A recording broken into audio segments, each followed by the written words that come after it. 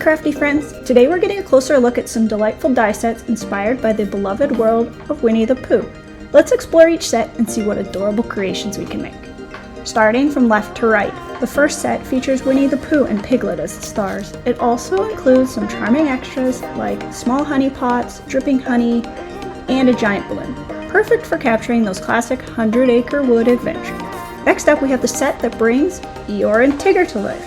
This set also comes with a tiny butterfly and a fluffy cloud, adding more whimsical elements to your crafting projects. The third die set is all about Pooh's honey pot. It showcases a giant honey pot, which is ideal for a mischievous bear who loves honey. Plus, there's a tiny bee to use as a cute little embellishment.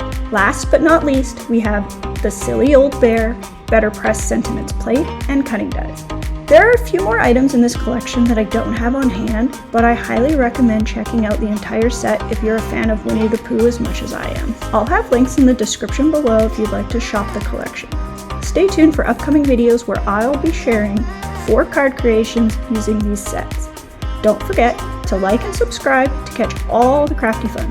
Thanks for watching and have a crafty day. Bye!